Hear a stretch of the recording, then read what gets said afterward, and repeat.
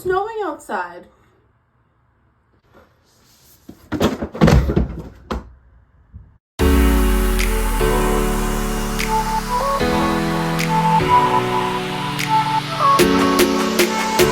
Hi guys, welcome back to my channel.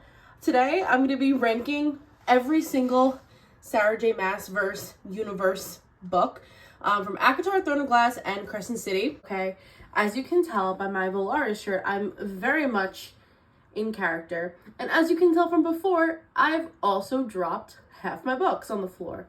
So, without further ado, let's get into my ranking of the Sarahjmaas verse books from least to most favorite. On the fucking floor before I drop more! Also, if you have not finished the Sarahjmaas verse, this is a spoiler warning. I will be including why I don't like these books in detail. So if you have not finished, save this video and come back to it later. But if you're still curious about what my ranking is, you can head over to my Instagram. I'm just going to put it somewhere here that you can go follow. I'm going to post a picture of my ranking on Instagram. I would also like to say that while I'm filming this video, TikTok came back. TikTok's back. But I do enjoy my YouTube videos, so I will definitely be staying on here. In 16th place, we have Assassin's Blade. Assassin's Blade could be technically the first book of the Sarahjmaas verse, the third book, or the fourth book, depending how you want to read it. I read it first. I'm very happy I read it first, okay? I think I would have rated it lower if I read it third or fourth. So basically, this book is 5 novellas in one. The reason I ranked it so low was simply because this is the one and only Sarahjmaas book where I put it off to the side, and came back to it a year later. This was the first Sarahjmaas book I actually ever opened. I opened it before ACOTAR. This was the very first one. So I wasn't used to the writing style. It wasn't my favorite. So once I got used to her writing style after reading ACOTAR, I picked this up and I was like, you know what? This is actually really good. I read it first because I heard that there was a spoiler at the end, which, again, spoiler alert, if you haven't read it, Sam dying. And I was so hurt by Sam dying. Like, I was very, very upset. I literally have a lavender soap shrine in my room dedicated to Sam Cortland. So that's why this book is last. Simply because it was the only book I feel like I couldn't get through the first time I read it. So that's why. But it's still a great book, and I love reading in chronological order. That's just the kind of reader I am. So even if I read a third or fourth, I think I still would have had the same opinion on it. But yeah, Assassin's Blade is in 16th place. In 15th place is no other than A Court of Frost and Starlight. This is usually everyone's last place. I genuinely enjoyed it. Again, it just didn't hit the same as any of the other books, so that's why it's so low. But I thought it was a really cute novella, and it was a great transition from Feyre and Rhysand's story into Nesta's story. So I really enjoyed it. I liked some of the wholesome elements of it, because after reading, the reading order that I decided to read was the 3 ACOTAR books, all of Throne of Glass, the last 2 ACOTAR books, and then Crescent City. So I read this right after I read Kingdom of Ash, and I just needed like a Christmas happy winter solstice after everything that Kingdom of Ash put me through. But again, there wasn't a lot of elements to this that would put it higher compared to the other books. So that's why this is in 15th place. Next book in 14th place, I feel like it's kind of a controversial opinion just because there's so many people who love this book, but it's Heir of Fire. I just didn't like Heir of Fire that much, okay? I thought it was good in the sense that it was introducing the Vogue. It was introducing the multiple point of views that we get throughout this book, throughout this series, but I just didn't love it. I didn't. I didn't like Rowan, and that's a very unpopular opinion, but I never liked Rowan, okay? Like, yes, at the end he was phenomenal, but he just wasn't my favorite. He sucker punched her in the face. Like, he hated her, and like, I get it, like, enemies to lovers, but you can tell that Rowan and Aelin were not supposed to be lovers in this book. Like, there's like that whole theory that it was supposed to be Dorian and Aelin that ends up together. So this book was still in that Dorian and Aelin are ending up together phase. So you can just, there was nothing that Rowan was giving me that made me like him. I like that Aelin became, Selena became Aelin. But there was just nothing in this book that really like stood out to me compared to the rest of the series. So that is why this book is in 14th place. And I know this is a lot of people's favorites because you get introduced to Rowan, but unfortunately for me, it didn't work for me like that. Okay, in 13th place, we have Crown of Midnight. So this is the second book that was released, and I genuinely enjoyed Crown of Midnight. I thought it was good. There just wasn't a lot. It kind of just felt like it felt like a filler book. You know what I mean? Like, there wasn't really a lot going on besides Nehemia's death, which happened in the middle, which is kind of like how Selena got like went crazy and like ended up leaving. But with that, the last page of this book makes it better than Heir of Fire 100% when Chaol sank to his knees. I also really liked Chaol and Aelin, okay? I like Chaol. Arrest me, please. But I really do like Chaol. Like, I think he's what she needed at the time. And they needed each other, and they healed each other a little, and it just kind of gave her the power to leave. But again, nothing really stood out to me in this book. It was more of a romance vibe than Throne of Glass vibe, in my opinion. I liked Mort. Mort was really funny. So this is why this is in 13th place. Nothing against this book. It was fine. It was good. It just, compared to the others, it just wasn't that phenomenal. Okay, I think we're on 12th place. So 12th place is Tower of Dawn, and people usually put this book last, which I don't understand. This book single-handedly ties the entire series together. It is such an important book to read. Also, I did the tandem read. That's why these were all marked like this. I loved this book. Again, I loved Chaol. Like, I am a Chaol empathist. Like, I will ride to Dawn for him, okay? Like, I felt so bad for him. And then in the end of Queen of Shadows, when his knees, like, when his whole leg shattered and he became paralyzed, like, it hurt, okay? It hurt. I loved Irene and Chaol. I loved them. The reason this book is so low, because I loved this book, okay, was Nesrin and Sartok. When I tell you, this scene sounds so cruel, I could actually care less about them. Like, I know that they're the ones who found the secret to the Vogue with the spiders. Besides that, their love story could care less. Like, I could care less about their point of views. This book would have been so much higher for me if Chaol got fixed. Him and Irene were the ones who found the cerulean spiders being the Vogue instead of Nesrin and Sartok. I don't think they had to be point of views for them in the story. Like, you could have built a relationship with them, which thus made the Southern Continent come and fight with Aelin. But I just don't think their point of views were necessary, and it made this book unnecessarily long. Like, I got so angry when I was reading the tandem read, and I would go from Empire of Storms, come back to this, and it was like a Nesrin or Sartok point of view, because I could care less. But the opium scene, oh my god, like, how do people rank this book last with that opium scene? Like, it was like the first like smidget of romance that like anyone got in this this series, like you know, like romance, you know what I mean? But yeah, that's why this is 12th. I love Chaol. I will ride at Dawn for him. Okay, I think we're in 11th place. In 11th place is the OG Throne of Glass book. Again, it was a great book. It was a phenomenal. It was a phenomenal introduction to this series right after reading Assassin's Blade for me. Like, it was a very easy read. It was giving me Hunger Games vibes, and I love Hunger Games. So it was really easy for me to adapt to the series more after I read this book compared to Assassin's Blade. I love Dorian. Dorian's my favorite Sarahjmaas verse male. Like, he's literally at the top. He's my favorite. No one has surpassed him in any other books or anything. Dorian is my man. So Dorian Selena, I was eating it up.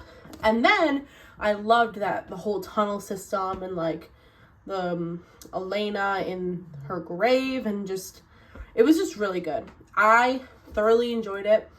It's a very small book compared to the rest of the books that I'm putting on this video.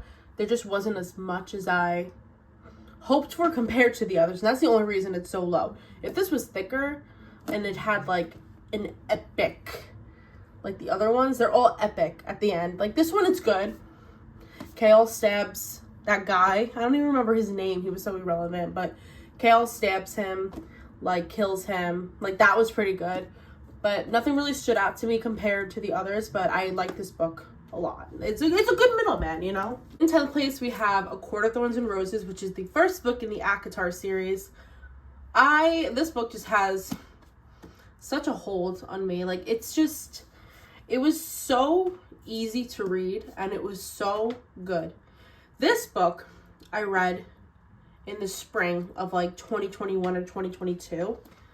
I put it down, and then I came back to it. And that was the reason, not because it was bad, but because my vibes weren't there. Like it was like spring, summertime, and I'm like, all I want to do is read like a summer book. Like this is just giving winter. So I put it off until winter. I'm kind of mad that I did, because it introduced me to the entire Sarahjmaas verse, but whatever. This book was so good. I really liked how, will I throw something at a wall? Absolutely, because I filmed my entire thing and it got deleted. Never recorded, and I'm so mad about it. So that's why there's a weird cut in between this video and the one that I just posted. So continuing on, A Court of Thorns and Roses. I liked how it explained the spring court. I liked the descriptions of everything. The ending with the trials was so good, and I feel like it really added a lot of action to a, for the most part, very mellow romance novel. And when people say this is a Beauty and the Beast retelling, I get it in the beginning, but then once like she goes back home and she comes back under the mountain, like it is nothing like Beauty and the Beast, like at all. So I did really enjoy this book. Again, the other ones just had my heart a little more. I've just been yapping for so long, and now I have to yap like another 15 minutes or so because my video deleted. Like,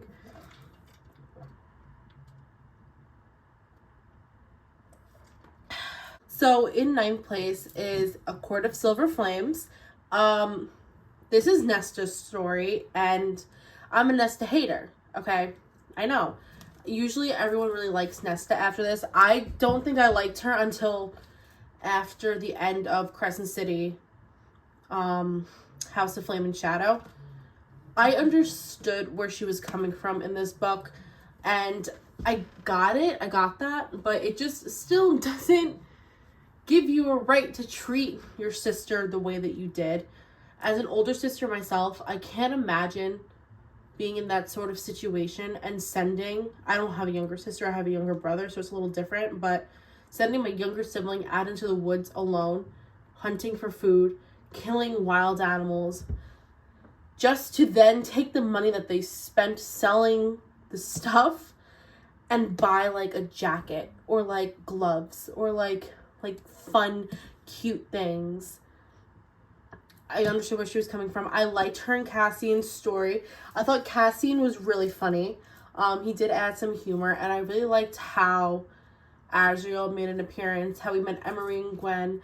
I'm a big advocate for Gwenriel. So Azriel and Gwen, I want them to end up together. That's like my shtick. I have a couple of unpopular opinions because I just think Aleutian is good together. And I have another theory about Elaine and Tamlin, but I'm not going to get into that.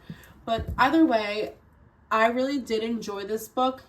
It didn't give me like my, oh, I forgive Nesta for everything she did. She's definitely a morally gray character, and I kind of felt like I was Rhysand watching this. Reading this, I felt like I was Rhysand. Like, I was like, okay, you have trauma, but why'd you give your sister that trauma? Like, why did you make your sister's life harder?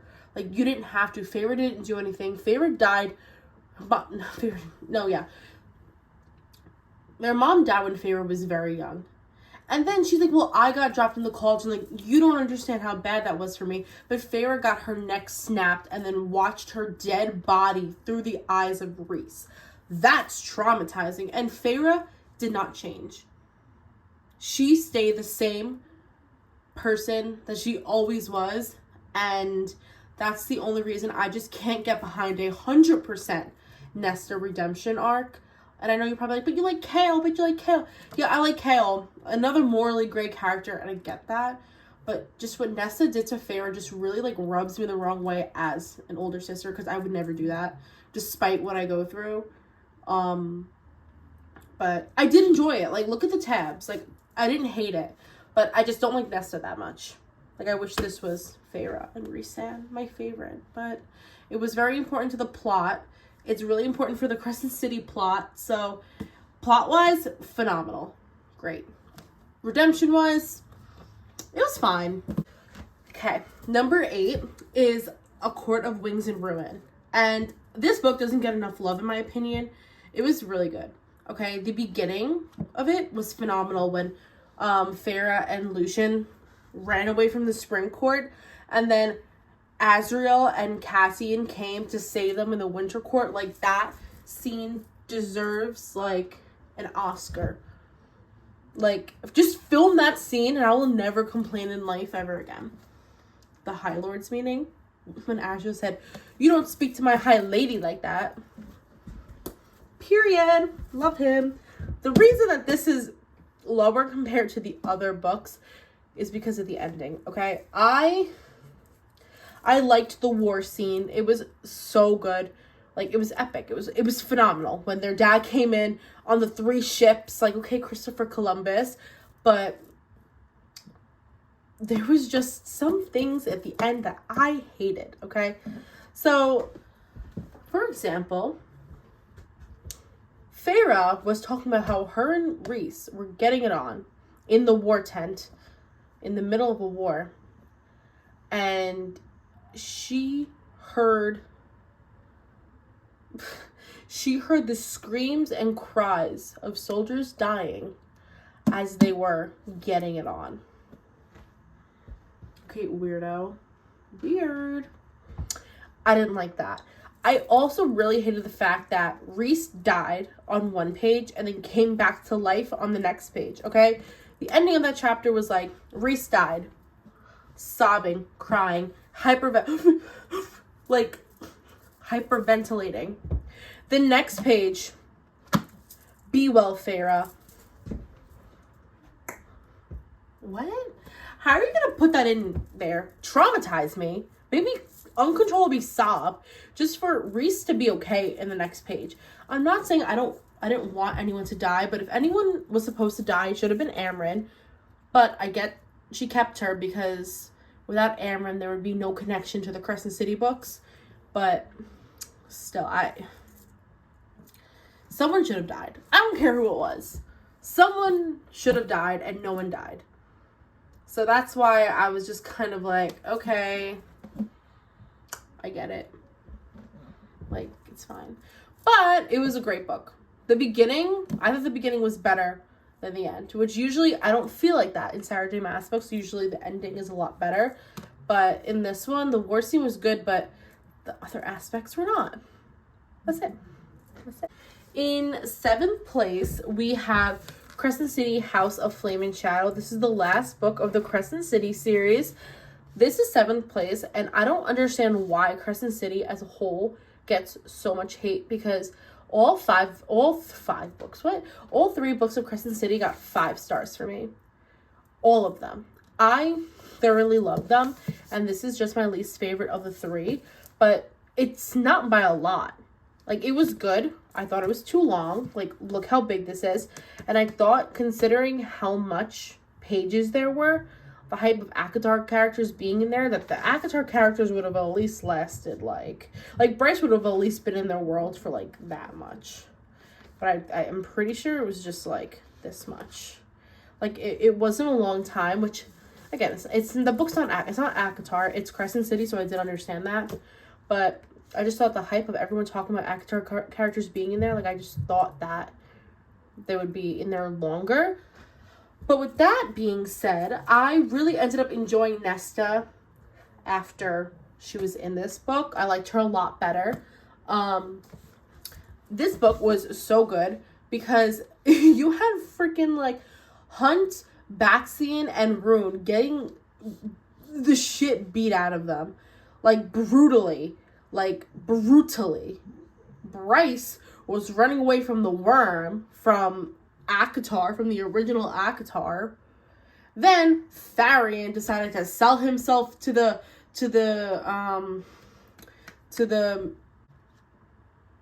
Viper Queen.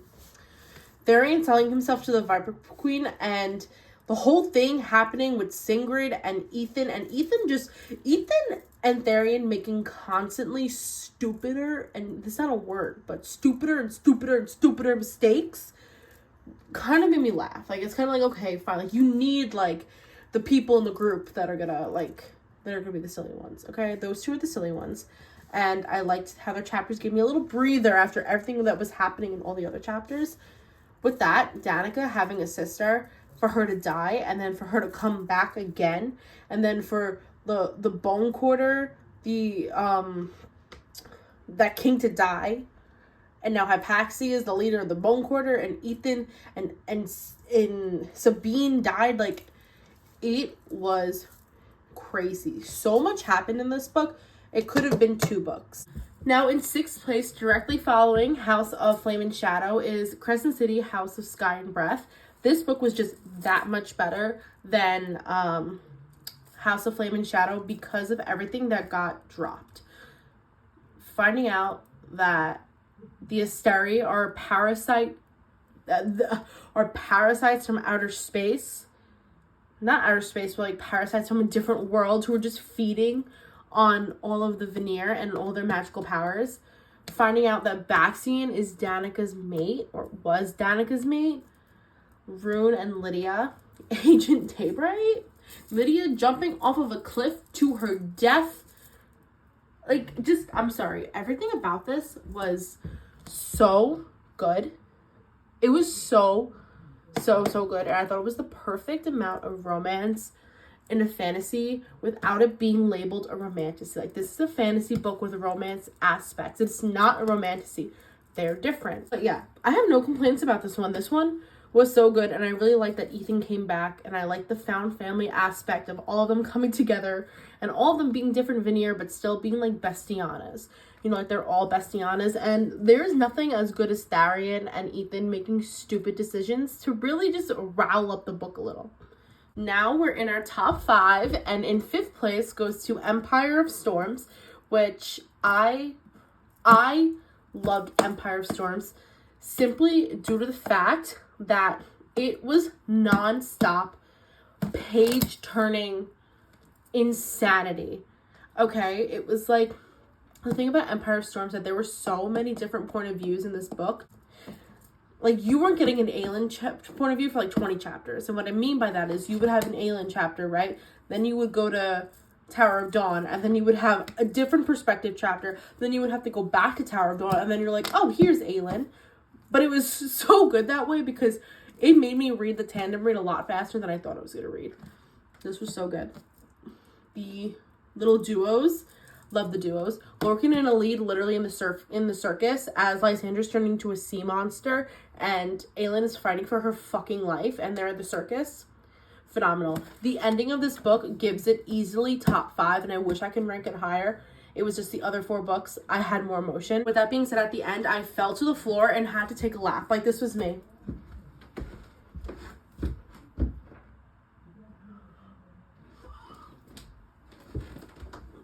Circle. That was my reaction to Empire of Storms when Adian was like, we have no allies. Where are our allies, Aelin? We come to pay a life debt to Selena Sardathian, Queen Aelin Ashriver Galathinius. So good. No complaints about this. Actually, no. I do have a complaint.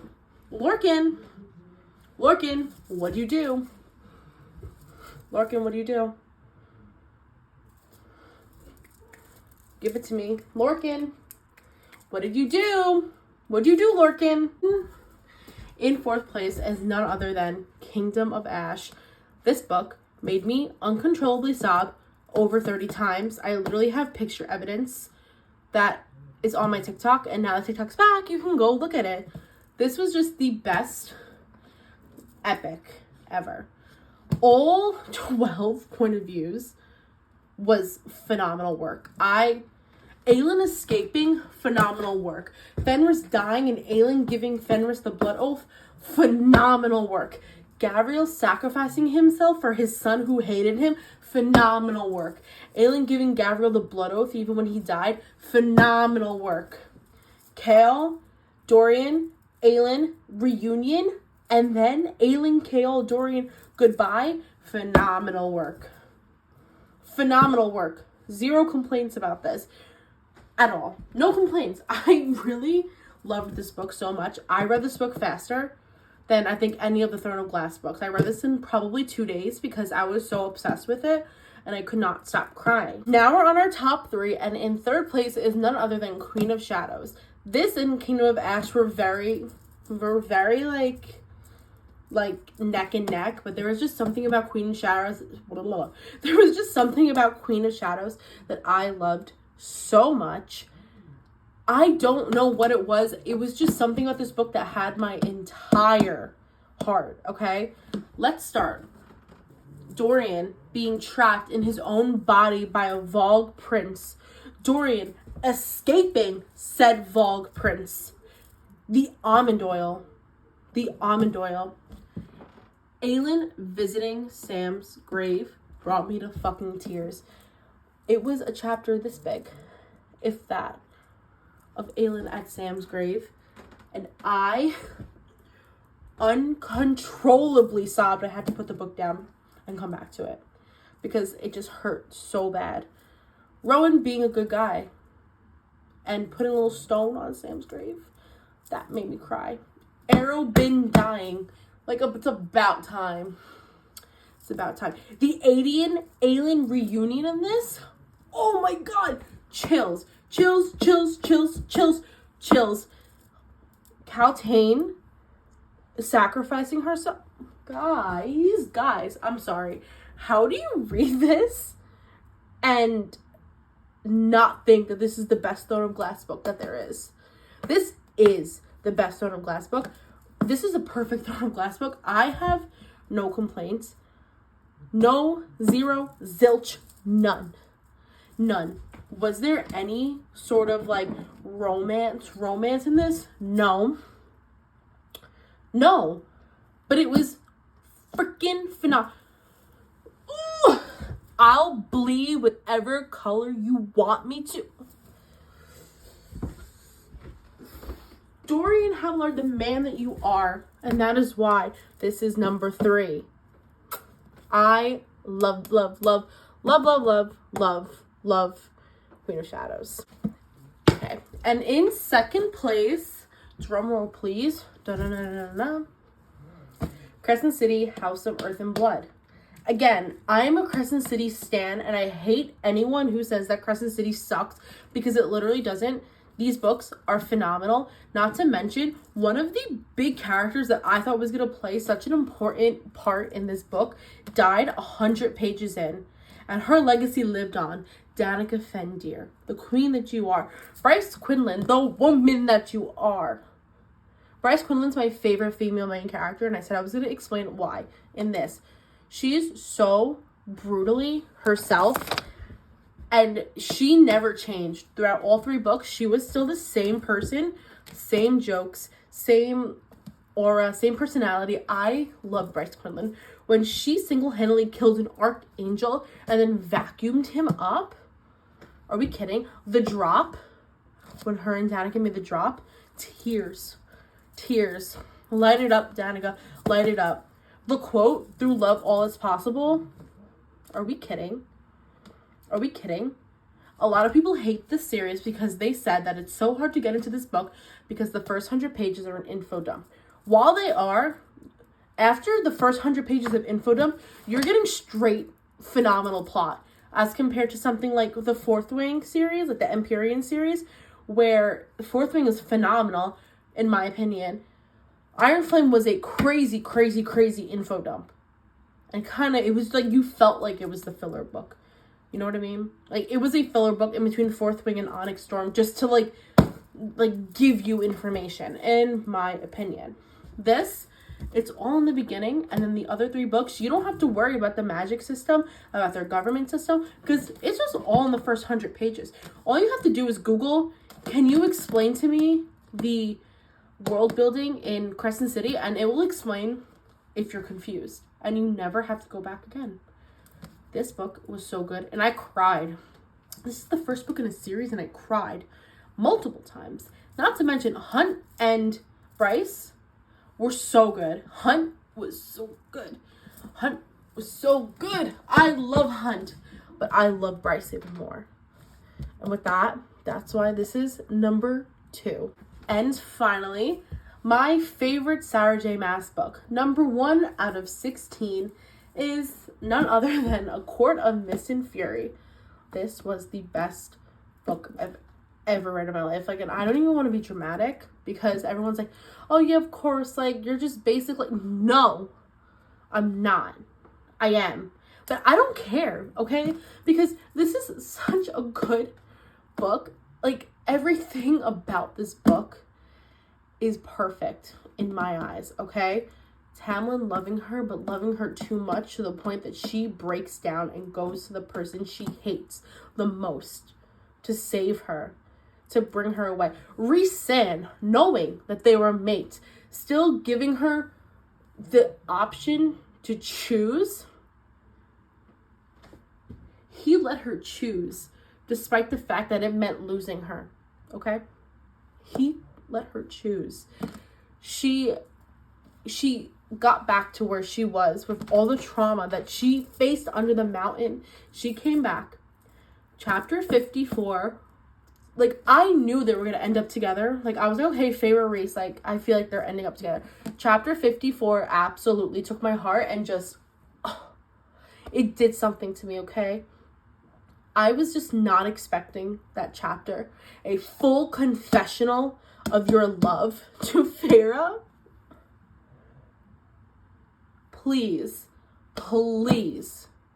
Are we kidding? And at the end, when Nesta and Elaine got dropped in the cauldron, Lucian saying to Elaine, you're my mate. And then Feyre pretending to be in a trance. And, like, she was in a trance with Rhys the whole time. Left to go back to Tamlin just for her and Rhys to be married. And her being the high lady of the night court. Guys, as you can tell, it's my favorite. If you didn't already tell from the shirt.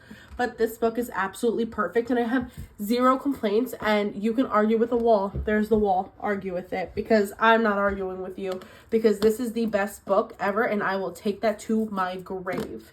Okay? First of all, it gives us the best quote ever. To the stars that listen, the dreams that are answered. My favorite quote of all time. I want it tattooed somewhere. My forehead, my neck, my ear, my hand. Anywhere. Anywhere. Rhys is so in love with Feyre, and I'm so in love with Rhys. I literally have a Rhys candle, okay? So, clearly, my book. And with that, my Sarahjmaas verse ranking has come to an end. I hope you enjoyed. I hope you have similar opinions to me, and if you don't, put your top 3 down below. I would love to hear what your top 3 are and why. I really hope we get a new ACOTAR book announcement this year. But with that being said, I hope you enjoyed. Add me on my socials. I'm going to put them in the link down below. And yeah, that's it. Bye.